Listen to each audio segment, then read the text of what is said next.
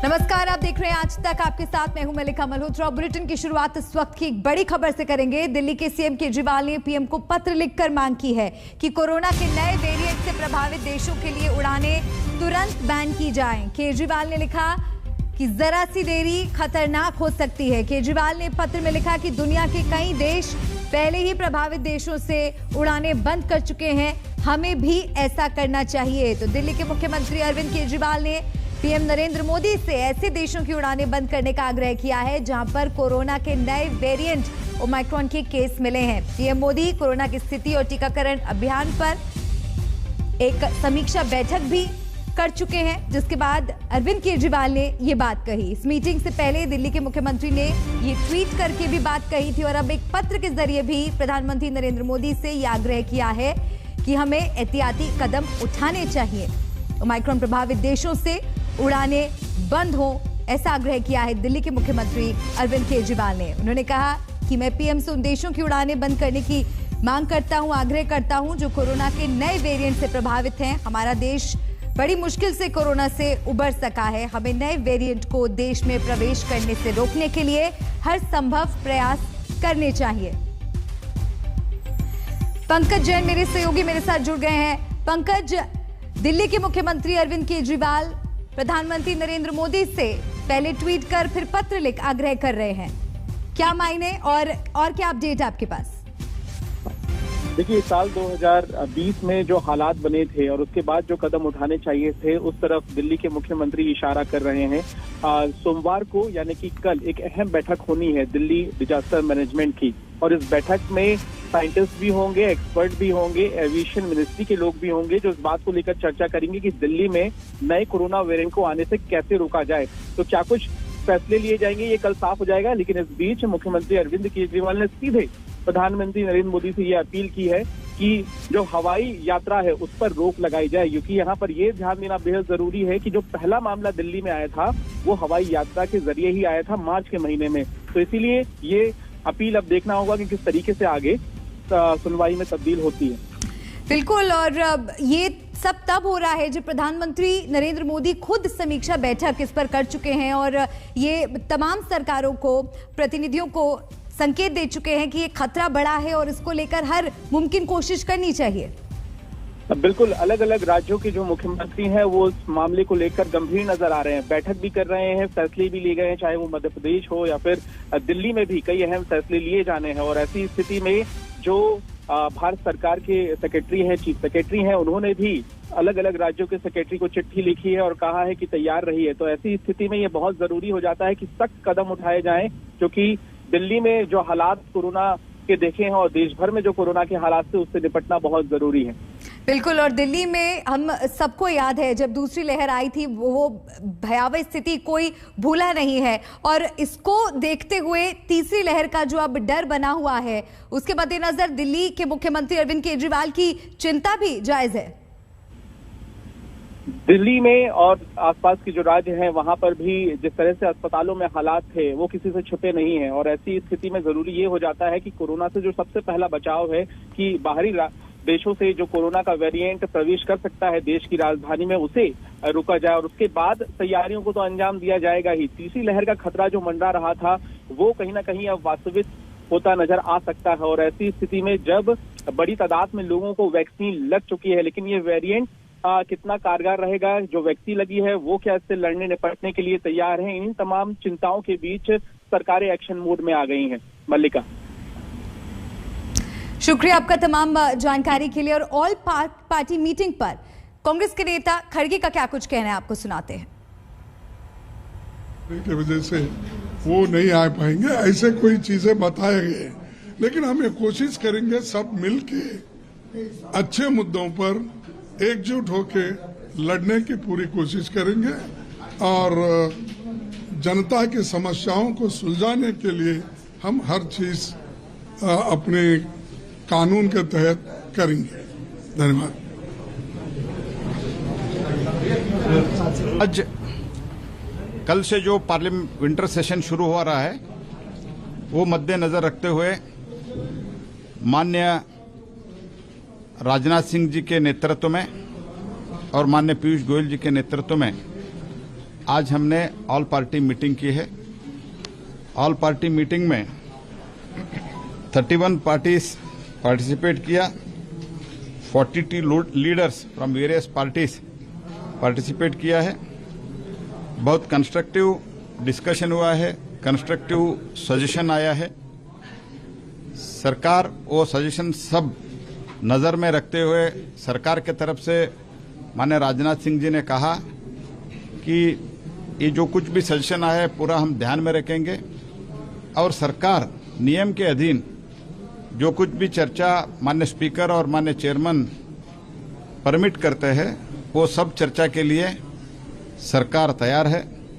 सरकार के तरफ से हमने यही निवेदन किया है, सभी चर्चा के लिए नियमों के अनुसार सरकार तैयार है जब स्पीकर और चेयरमैन परमिट करता है, लेकिन बिना डिसरप्शन सदन चले, सदन का कार्यवाही चले, यही हमने रिक्वेस्ट अपोजिशन से किया है। सभी अपोजिशन हमको आश्वस्त भी किया है कि हम पूरा कोऑपरेट करेंगे और इस बार और ज़्यादा प्रोडक्टिव सदन होगा, सेशन होगा, ऐसे सरकार का उम्मीद है। सर, विपक्ष वाले कह रहे हैं कि क्या कारण है कि प्रधानमंत्री नहीं आए इसमें?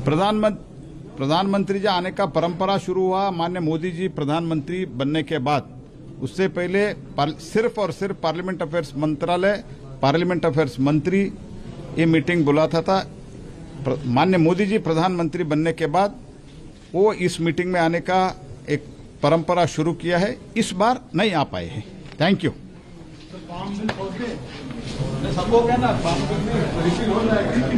गृह मंत्री प्रहलाद जोशी को आप सुन रहे थे। संसद सत्र के लिए ये सर्वदलीय बैठक हुई, इस पर तमाम पार्टियों का क्या कुछ कहना था आपको सुनाया। साथ ही जब ये प्रश्न उनसे किया गया कि प्रधानमंत्री नरेंद्र मोदी क्यों नहीं पहुंचे, तो इस पर भी उन्होंने साफ तौर पर बताया कि इस बार वो नहीं पहुंच पाए और ये परंपरा प्रधानमंत्री नरेंद्र मोदी के साथ ही शुरू हुई थी। सर्वदलीय बैठक में विपक्ष की मांग है महंगाई और बेरोजगारी पर चर्चा को लेकर, बीएसएफ के अधिकार क्षेत्र पर भी चर्चा को लेकर, सरकार एमएसपी पर कानून लेकर आए, इसको लेकर भी चर्चा संभव है।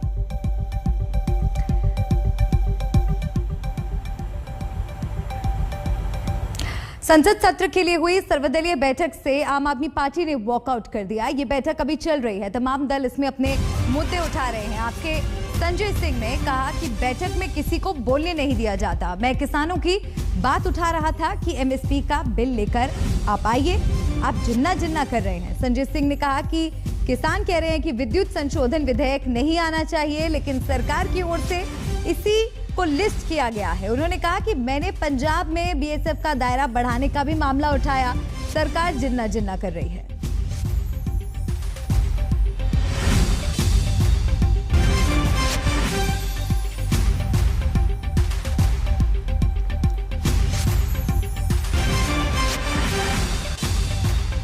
कल से यहाँ पर ये हालत है कि किसी भी सदस्य को बोलने नहीं देते, किसी को अपनी बात रखने नहीं देते। मैं किसानों का मुद्दा उठा रहा था, मैंने साफ तौर पे कहा कि भाई एमएसपी की गारंटी का कानून इसी सत्र में लेके आइए।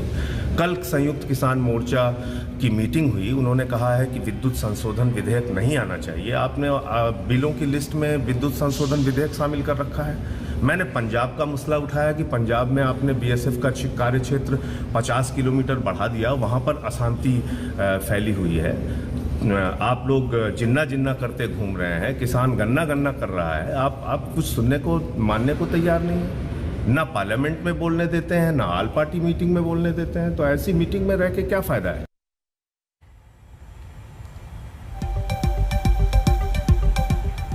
आगे बढ़ते हैं और इस वक्त की एक और अहम खबर आपको बता दें। यूपी टीईटी की परीक्षा रद्द कर दी गई है। पर्चा लीक होने की वजह से यह फैसला लिया गया है।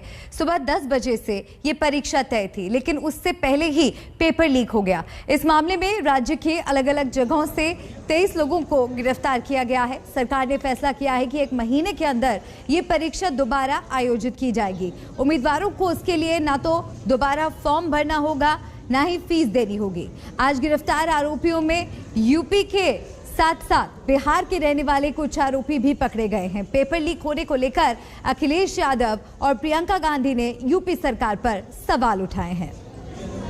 तो आज 75 जिलों में ऑफलाइन मोड में परीक्षा की शुरुआत हुई सुबह 10 बजे और छात्रों ने परीक्षा देनी शुरू कर दी थी और तभी अचानक से उन्हें पेपर देने से रोक दिया गया और ये जानकारी सामने आई कि पेपर लीक हो गया है। उसके बाद से इस पूरे मामले में अब जांच चल रही है और अलग अलग जगहों से 23 लोगों को गिरफ्तार किया जा चुका है।